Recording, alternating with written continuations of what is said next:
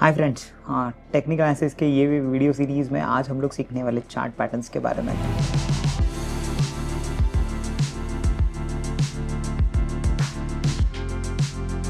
कौन से वो कॉमन चार्ट पैटर्न्स है जो आप लोगों को एक अच्छा स्विंग अपॉर्चुनिटीज या स्कैल्पिंग अपॉर्चुनिटीज या मार्केट स्ट्रक्चर के बारे में और बेटर अंडरस्टैंडिंग दे सकते हैं। चार्ट पैटर्न्स मतलब क्या?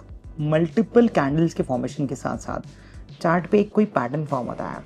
मतलब ओवर ए पीरियड ऐसा समझा गया है कि मान के चलो, अगर प्राइस मूव करती है, फिर कंसोलिडेट करती है, फिर एक नेक्स्ट लेग ऑफ मूव लेती है, तो वहाँ पे अलग अलग काइंड ऑफ पैटर्न्स बनते हैं। जो भी चार्ट में एक स्ट्रक्चर बन रहा है, वो स्ट्रक्चर को हमारे जो रूटीन, हम लोगों ने कोई मैथमेटिकल पैटर्न्स अगर देखे होंगे तो वो पैटर्न्स हम लोग ऑब्जर्व करते हैं चार्ट्स में भी, और फिर आपको एक लॉन्गर टर्म उसमें से अंडरस्टैंडिंग मिलती है कि कैसे फॉर्मेशंस हुए, क्या आप एक्सपेक्ट कर सकते हो। यहाँ से आप प्रोबेबली चार्ट पैटर्न्स, मुझे ऐसा लगता है, आपको एक काइंड ऑफ टारगेट एनालाइज करने में हेल्प करता है बहुत इंपॉर्टेंटली। क्योंकि बहुत बार इंपॉर्टेंट ये भी है समझना कि प्राइस के स्ट्रक्चर ने क्या बनाया था, वो फॉर्मेशन कैसा था, और वो फॉर्मेशन इसके आगे क्या करने वाला है, आपको क्या मोमेंटम देने वाला है। इसीलिए चार्ट पैटर्न्स बहुत इंपॉर्टेंट है। आइए चलिए हम लोग वाइट बोर्ड पर चेक करते हैं कि कैसे चार्ट पैटर्न्स फॉर्म होते हैं और आपको उनको कैसे ट्रीट करना चाहिए या कैसे उससे कुछ व्यू निकालना चाहिए और आपका अंडरस्टैंडिंग कैसा होना चाहिए उसके बारे में। सबसे कॉमन चार्ट पैटर्न होता है ट्रायंगल। जब भी मार्केट एक रेंज में ट्रेड करता है, मैंने ट्रायंगल ड्रॉ कर लिया, हो सकता है प्राइजेस ओवर करती है एक रेंज में। ये प्राइस का स्ट्रक्चर है, मैंने उसके बस हाईज को और लोज को कनेक्ट कर लिया तो एक ट्रायंगल बन चुका है। जहाँ पे ब्रेकआउट आएगा तो प्रोबेबली जहाँ से वो चालू हुआ था, ये जितनी रेंज है, आप प्रोबेबली इतनी रेंज यहाँ पे प्रेडिक्ट कर सकते हो कि ये ऊपर उतना ही जाएगा। सिमिलर वे में ट्रायंगल के टाइप्स है, ये ऊपर हो सकता है कि रेजिस्टेंस वैसे ही रह रहा है, पर आपका जो सपोर्ट है वो ऊपर जा रहा है, प्राइस ऐसे ऐसे ऊपर जा रहा है। इस केस में आप प्रेडिक्ट कर सकते हो प्रोबेबली प्राइस और ऊपर ब्रेक करेगा। सिमिलर वे में जितना यहाँ पे लेंथ था, उतना आप यहाँ पे ऊपर टारगेट एक्सपेक्ट कर सकते हो। अभी ये मल्टीपल कैंडल्स के थ्रू ये पैटर्न बनता है। कभी कभी इसको 3 मंथ्स टाइम लगता है, कभी कभी 1 वीक टाइम लगता है, कभी कभी 6 मंथ्स लग सकते हैं इस पैटर्न बनने के लिए। और एक वेरिएशन ये वाला ट्रायंगल है जहाँ पे हाइज नीचे आ रहे हैं और रेजिस्टेंस काफ़ी बार सपोर्ट रीटेस्ट कर चुका। हो सकता है यहाँ पे आपको ब्रेक डाउन मिले, जैसे हम लोगों ने समझा था। यहाँ पे ब्रेकआउट या ब्रेक डाउन्स चार्ट पैटर्न में हमें देखने मिल सकता है। फिर हमारे बाकी के जो कॉन्सेप्ट्स हम लोगों ने ऑलरेडी डिस्कस किए हैं वो हमें बहुत हेल्पफुल होंगे। वॉल्यूम्स हो गया, RSI हो गया, MACD हो गया। हम लोग हमारे इंडिकेटर्स के थ्रू ये चार्ट पैटर्न्स को वैलिडेट कर सकेंगे। हमारी कैंडल स्टिक्स के थ्रू हम लोग समझ सकेंगे कि कैसे बिहेवियर रहा है ये पिछले 3 महीने में, ये पिछले 6 महीने में जब ये पैटर्न्स बना था। ट्रायंगल के हम लोगों ने कुछ वेरिएशंस समझ लिए। हम लोग ऑब्वियसली चार्ट पे जाके देखेंगे कि कहाँ पे कौन सा पैटर्न बना था, कैसे आप इजीली इसको स्पॉट कर सकते हो। और चार्ट पैटर्न्स, अगर आप न्यू हो, आपने अभी तक चार्ट पैटर्न्स नहीं देखे थे कभी, हो सकता है आपको आगे थोड़ा सा इनिशियल स्टेज पे मुश्किल जाए इमीडिएटली समझना स्ट्रक्चर कैसे बन रहा था, बट इतना भी मुश्किल नहीं है। धीरे धीरे जितना आप चार्ट को टाइम देने लगोगे देखने में, धीरे धीरे आपको ये पैटर्न्स दिखने लग जाएंगे चार्ट्स में। आपको बस प्राइसेस को ओपन माइंड से देखना है और समझना है कि कैसा स्ट्रक्चर बन रहा है। अपार्ट फ्रॉम ट्रायंगल्स और एक पैटर्न है, वो है कप एंड हैंडल। बहुत बार मार्केट एक रेंज के थ्रू ट्रेड करता है और ये रेंज के बाद एक छोटी रेंज और फॉर्म होती है, मतलब पुल बैक आता है और फिर इसका एक ब्रेकआउट आता है। यहाँ पे जब ये ब्रेकआउट आएगा तो हर पैटर्न की तरह, जैसे हम लोगों ने कैंडल स्टिक्स में देखा था, जो इसका टोटल डेप्थ होता है, टोटल रेंज होती है, सबसे बड़ी वाली रेंज, वो बड़ी वाली रेंज आपकी ऊपर के साइड टारगेट बनती है। तो यहाँ पे अगर इसकी डेप्थ इतनी है तो मैं उतना ही ऊपर टारगेट एक्सपेक्ट करूँगा। ये जितने मैं बुलिश पैटर्न ड्रॉ कर रहा हूँ वैसे ही बैरिश भी बनेंगे कप एंड हैंडल में। ऐसा वाला भी बन सकता है जहाँ पे ये नीचे ब्रेक हो जाएगा तो प्रोबेबली इतना जो यहाँ पे डेप्थ है, मुझे यहाँ पे इतना वो नीचे टारगेट्स भी मिलेगा। आप अगर इसको देखो तो छोटे टर्म पे यहाँ पे शायद एक ट्रायंगल भी दिखेगा। हो सकता है इसके बाद एक ट्रायंगल फॉर्म हो जाए। काफ़ी सारे चार्ट पैटर्न्स एक दूसरे को रेप्लिकेट करेंगे, बट हो सकता है इसको फॉर्म होने को 6 मंथ से 1 ईयर लग रहा है। ये बहुत बड़ा वाला पैटर्न है। शॉर्टर टाइम फ्रेम्स पे भी ये फॉर्म हो सकते हैं। तो आप जो भी टाइम फ्रेम देख रहे हो उसमें मे बी आप प्रोबेबली कोई ना कोई चार्ट पैटर्न ज़रूर देख रहे हो। प्राइस स्क्वीज़ होगी और स्क्वीज़ के बाद एक ब्रेकआउट आएगा। यही चार्ट पैटर्न्स की एक ब्यूटी है। दूसरा और एक इम्पॉर्टेंट है, वो है head and shoulders. Head and shoulders एक बेरिश पैटर्न है। अगर मैं आपको बताऊँ, यहाँ पे इसको लेफ़्ट शोल्डर कहा जाता है, इसको राइट शोल्डर कहा जाता है, और ये है हमारा हेड। यहाँ पे ये दोनों लगभग सेम हाइट का होता है और ये बीच वाला जो टॉप है वो थोड़ा ऊपर बना। अगर ट्रिपल टॉप बनता मार्केट में तो ट्रिपल टॉप कुछ ऐसे बनता, यहाँ पे ट्रिपल टॉप बनता और इसके ब्रेकडाउन के बाद इतनी जो रेंज है हमें उतनी ही रेंज नीचे टारगेट मिलता। तो रेंज, ये तो रेंज एक्सपांशन वाला हो गया, ये रेंज पहले थी, अभी न्यू रेंज मेरा टारगेट हो गया। Triple tops, double bottoms, triple bottoms, ये बहुत ईजी पैटर्न्स है, but I want you to understand जो इंपॉर्टेंट पैटर्न्स है वो कप एंड हैंडल है, ट्रायंगल्स है, हेड एंड शोल्डर्स है। यहाँ पे ये जो हेड से लेके यहाँ तक नेक लाइन, इसको नेक लाइन बोलते हैं, जो भी नेक लाइन तक का डिफरेंस है उतना आप नीचे एक्सपेक्ट कर सकते हो, उतना टारगेट आएगा। और ये भी ज़रूरी नहीं है, जैसे हम लोगों ने बुक डेफिनेशन में देखा हेड एंड शोल्डर्स ऐसे ही बनेगा, ऐसा ज़रूरी नहीं है। बहुत बार हेड एंड शोल्डर्स ऐसे भी बनता है, तो आपको अकॉर्डिंगली आपका ये ट्रेंड लाइन ब्रेक भी है, इसको हेड एंड शोल्डर्स भी बोल सकते हो क्योंकि मैंने ऐसे ड्रॉ किया था इसको। तो यहाँ से आपको इतना डिफरेंस मिलेगा। अगर मैं यहाँ से इसका डिफरेंस कैलकुलेट करता हूँ तो मुझे बस डिफरेंस कैलकुलेशंस करने हैं, वो यहाँ पे टारगेट में ऐड कर देने। मैं यहाँ पे अगर ट्रेड लेता हूँ तो I will have to wait for my target. तो चार्ट पैटर्न्स आपको एक एक्सटेंडेड टारगेट्स भी बता सकते हैं कि मैक्सिमम यहाँ तक जाएगा। ऑब्वियसली आपके पास अगर कोई और स्ट्रैटेजी है, वो स्ट्रैटेजी के थ्रू आप पार्शियल बुकिंग आपके स्ट्रैटेजी के हिसाब से कर सकते हो। बट अगर आपको चार्ट बता रहा है कि शायद यहाँ तक इसका पोटेंशियल टारगेट है, तो आप अकॉर्डिंगली वो ट्रेड को वहाँ तक भी राइड कर सकते हो।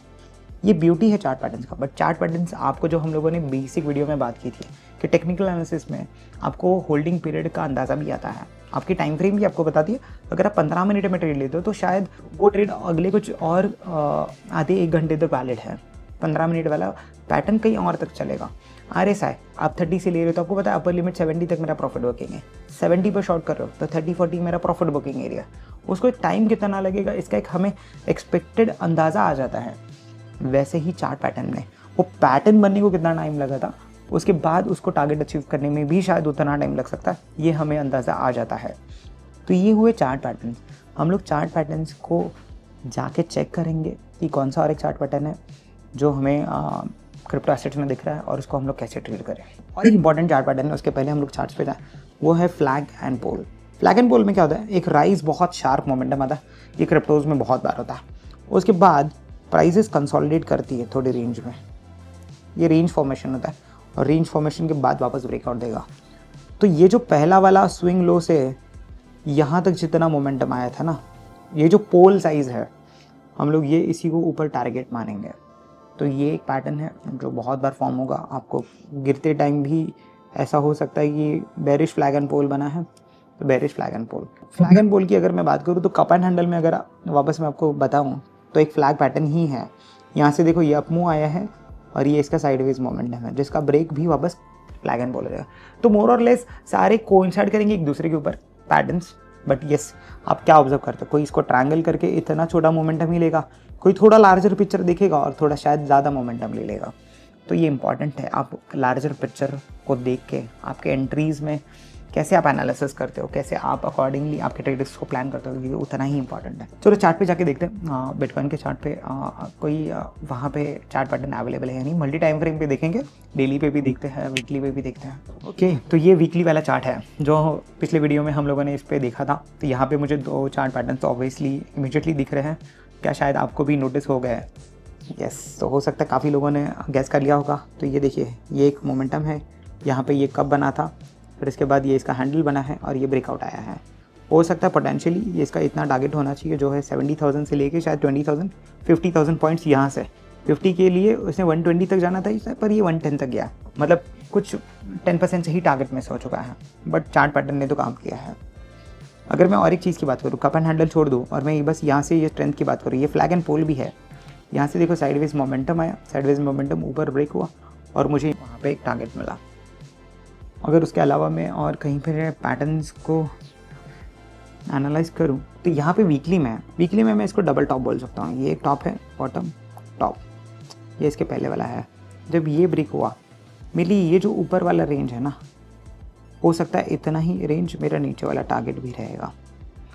तो मैं डबल टॉप्स, डबल बॉटम्स या पैटर्न्स ऐसे मार्केट्स में ढूंढ सकता हूँ। हम लोग शॉर्टर टाइम फ्रेम पे जाके देखते हैं क्या हमारे पास कोई वहाँ पे पैटर्न अवेलेबल है क्या नहीं।